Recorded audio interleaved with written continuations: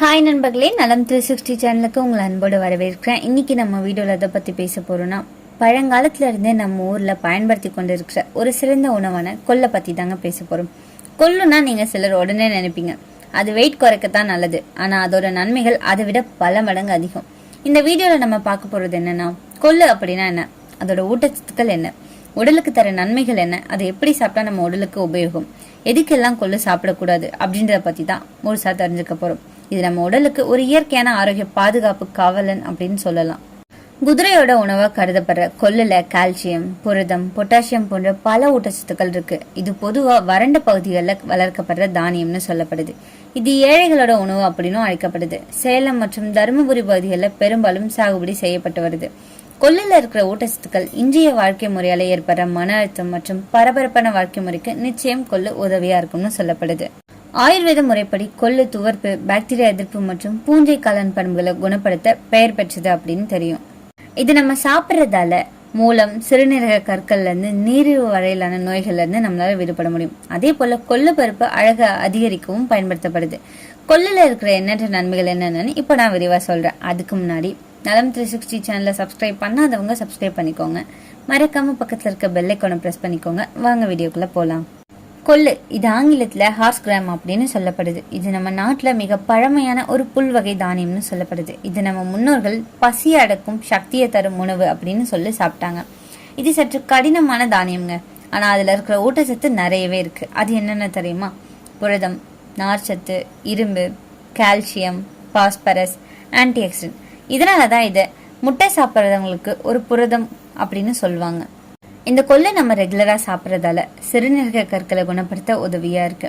வேக வச்ச கொள்ளு பருப்பை தொடர்ந்து சாப்பிட்றதால சிறுநீரக கற்கள் அகற்ற உதவுது. கொள்ளு சிறுநீரகத்துல ஏற்படுற கால்சியம் ஆக்சலேட் கற்கள் உருவாவதை தடுக்குது. உங்களுக்கு சிறுநீரக கற்கள் இருந்துச்சு அப்படின்னா உங்க உணவுல கொள்ளு பருப்பை சேர்த்து கொள்றது ரொம்பவே நல்லதுங்க. இது ஒரு டயூரிட்டிக்காக செயல்படுது. ரத்த சோகைக்கு நன்மையை பயக்குது. கொள்ளு பருப்புல அதிக அளவு இரும்பு சத்து இருக்கிறதால உடல்ல ஹீமோகுளோபின் அளவை அதிகரிக்க உதவுது. மாதவிடாய் காலத்துல அதிகப்படியான ரத்தப்போக்கு இருக்கும்போது பெண்களுக்கு பலவீனம் போன்ற பிரச்சனைகள் ஏற்பட தொடங்குது. இதன் காரணமா மாதவிடாய் சரியான நேரத்துல வராம பிற உடல்நல பிரச்சனைகள் தொடங்குதுங்க. இது போன்ற பிரச்சனையில இருந்து நிவாரணம் பெற கொள்ளு ரொம்பவே உதவியா இருக்கு. நீரிழிவு நோய் கட்டுப்படுத்தப்படும். கொள்ளு பருப்பை தொடர்ந்து உட்கொண்டு வந்தோம் அப்படின்னா ரத்தத்துல உள்ள குளுக்கோஸின் அளவு குறைய உதவுது. நீரிழிவு நோயாளிகள் கொள்ளு பருப்பு உட்கொள்ள அறிவுறுத்தப்படுவதற்கு காரணம் இதுதான். எடை குறைக்க நார்ச்சத்து நிறைந்த உணவுகளை சாப்பிட்றது பெரும்பாலும் பரிந்துரைக்கப்படுதுங்க. கொள்ளு பருப்புல குறைந்த கார்போஹைட்ரேட்டுகளும் அதிக அளவு புரதமும் நார்ச்சத்தும் உள்ளதால எடையை குறைக்க உதவியா இருக்கு. நோய் எதிர்ப்பு சக்தியை அதிகரிக்க உதவுது. கொள்ளு சாப்பிட்றதால சளி, காய்ச்சல், மூச்சுக்குழாய் அழற்சி மற்றும் ஆஸ்துமா போன்ற நோய்கள் இருந்து நிவாரணம் பெற நன்மை பயக்கும். நெரிசல் அப்படி இல்லைன்னா சுவாச பிரச்சனைகள் போன்ற பிரச்சனைகள்ல இருந்து நிவாரணம் பெற கொள்ளு சிறந்தது. இதை தொடர்ந்து உட்கொள்றதன் மூலம் நோய் எதிர்ப்பு சக்தியும் அதிகரிக்கும். குடல் கோளாறுகளை குணப்படுத்தும். கொள்ளுல இருக்கிற அதிகப்படியான நார்ச்சத்து மலச்சிக்கல் அல்லது அமிலத்தன்மை பிரச்சனைகளை குணப்படுத்த உதவியா இருக்கு. சருமம் பளபளப்பா மாற இது உதவியா இருக்கு. அழகான மற்றும் ஆரோக்கியமான சருமத்திற்கு சத்தான உணவுகளை உட்கொள்றது ரொம்பவே அவசியங்க.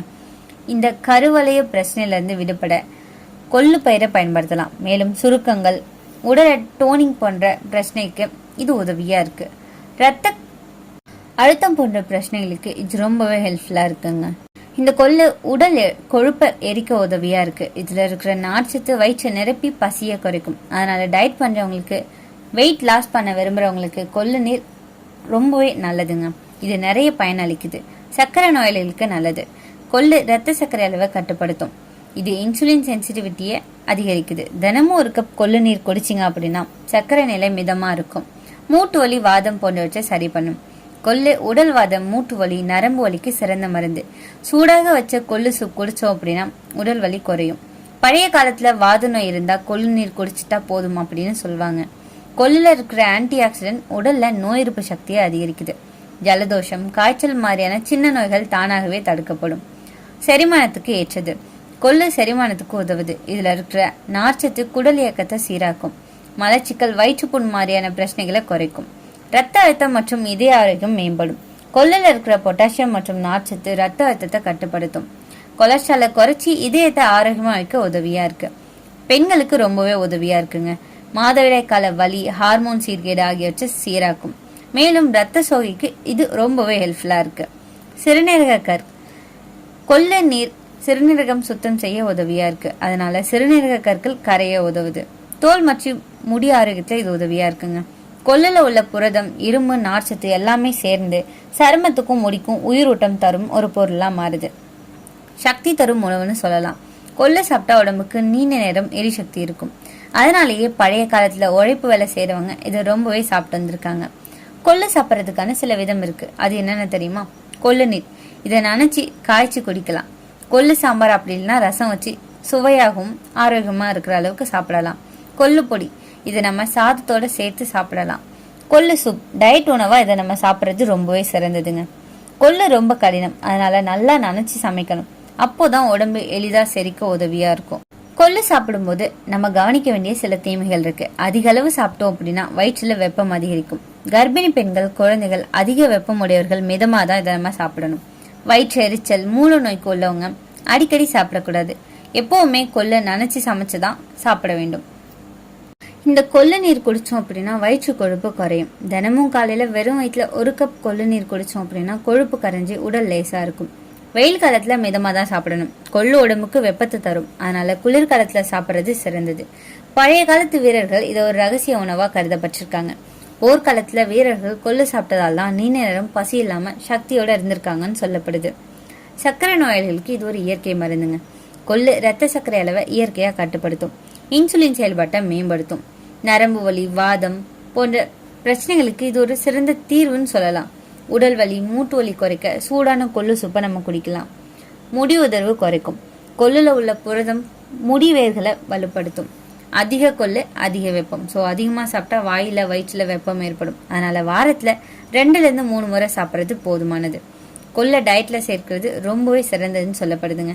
ஒவ்வொரு டயட் பிளான்லயும் கொள்ளு சூப் சேர்த்தோம் அப்படின்னா எடை குறையவும் சக்தி கூடவும் உதவியா இருக்கு. கொள்ளு ஒரு சாதாரண தானியம் இல்ல, இது ஒரு முழுமையான ஆரோக்கிய மருந்து உணவு. எடையை குறைக்கணும்னா கொள்ளு. சர்க்கரை நோய் கட்டுப்படுத்தணுமா கொள்ளு. வாதம், மூட்டு வலி குறைக்கணுமா அதுக்கும் கொள்ளு. ஆனா எல்லா விஷயத்துக்கும் சமநிலை அவசியம். அதனால மிதமா சாப்பிட்டா உடல் ஆரோக்கியமா இருக்கும். நீங்களும் வீட்டுல கொள்ளு சாப்பிட்ற வழிகள் என்னன்னு கமெண்ட்ல சொல்லிடுங்க. இன்னைக்கு நான் சொன்ன விஷயங்கள் எல்லாமே உங்களுக்கு ஹெல்ப்ஃபுல்லா இருக்கும்னு நம்புறேன். இந்த வீடியோ உங்களுக்கு பிடிச்சிருந்துச்சுன்னா லைக் பண்ணுங்க, ஷேர் பண்ணுங்க, மறக்காம நம்ம சேனலை சப்ஸ்கிரைப் பண்ணுங்க. அடுத்த ஒரு அற்புதமான வீடியோல சந்திக்கிறேன்.